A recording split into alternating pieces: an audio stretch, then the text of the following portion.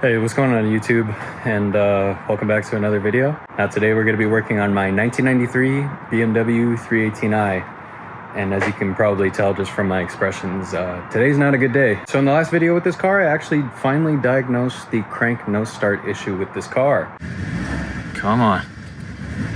Stay idle, stay idle.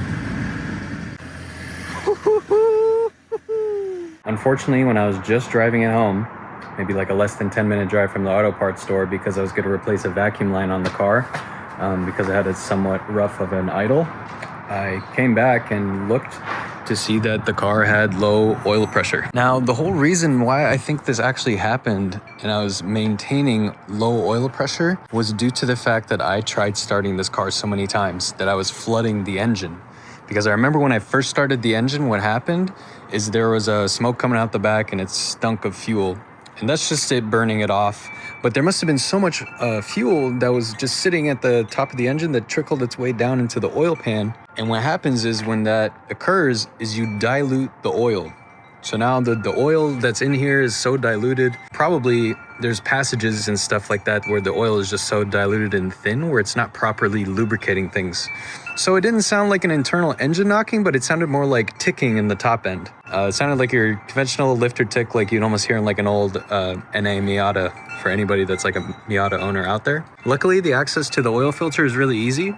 I also thought that maybe the oil filter got crushed for whatever reason, because that could also be a possible diagnosis for that. But I'm just having my fingers crossed right now that I hope it's not anything to do with the pickup line on these, because on the M44, I believe this is the M44, the M42 engines, that it's a one-piece oil pan and there's a cross member that goes across underneath the car, and it's very difficult to take the oil pan out to replace the sump. The sump itself, I believe, is just like a couple bolts, but on these, whew, I think it requires you having to hoist the engine up to be able to gain access and slide the oil pan out without hitting the pickup line. And that's something that I definitely don't want to do, which is why I am kind of shaking in my bones today. So I went out and I got some stuff for the car, and this time I didn't go the cheap way. So I just got like the regular conventional O'Reilly's engine oil stuff.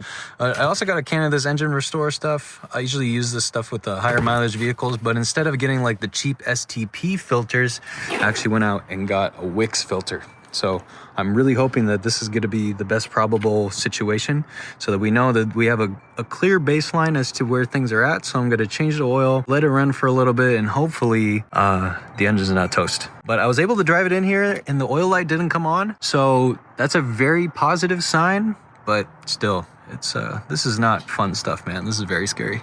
So I'm going to jack up the car, drain the oil, and do all that fun stuff.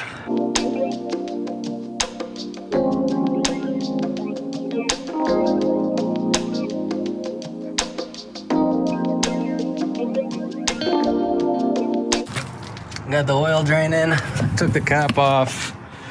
I'm gonna take the filter off. Luckily, these are pretty easy.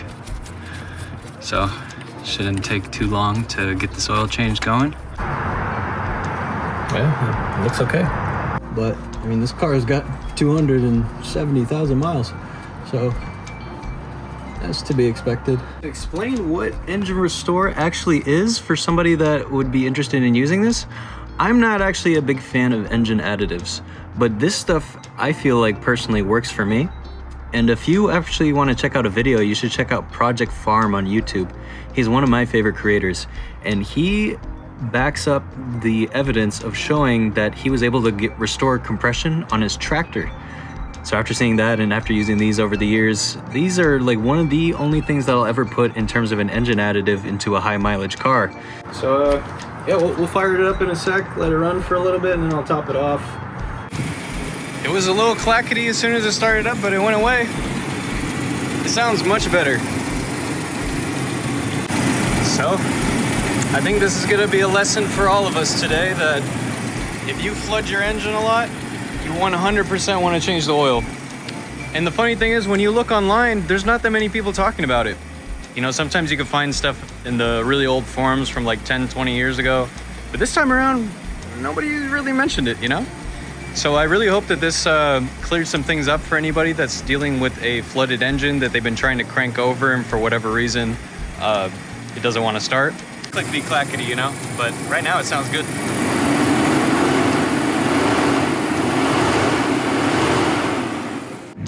Okay, I've been driving the car for about 15 minutes now. I'm just like circling around this random parking lot, and the car is good.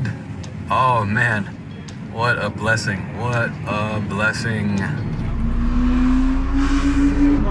Old guy racing. Yeah, I don't know. All right, let's go out there and have some But I fun. haven't been out here for like 6 months, and now I'm like, oh yeah, this is fun.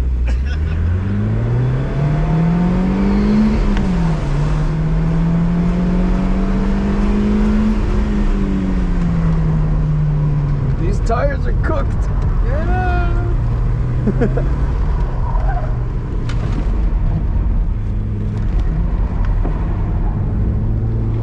I'll try and get the back to step out here.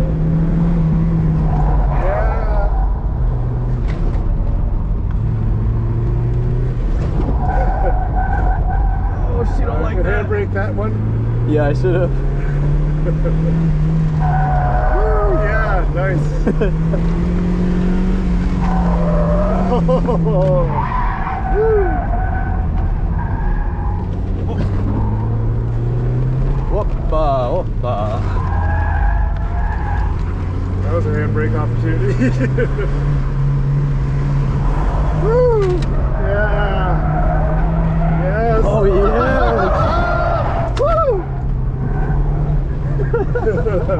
There you go. That was some hot boy shit. That was a flex.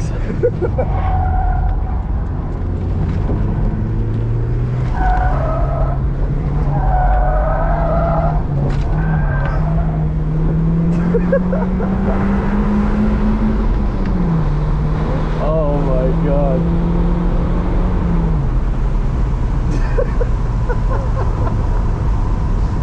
Oh, this thing's a hoot. Oh yeah. This thing's really good fun. That's some good value for 4 cylinders and rear wheel drive right there. It's just a shame it's not an LSD. I think that would just be the icing on the cake, but even with the open diff, Yeah. you can get it to Yeah, step you can out. throw that thing out. Nice. Pop the code. I think I hit a couple.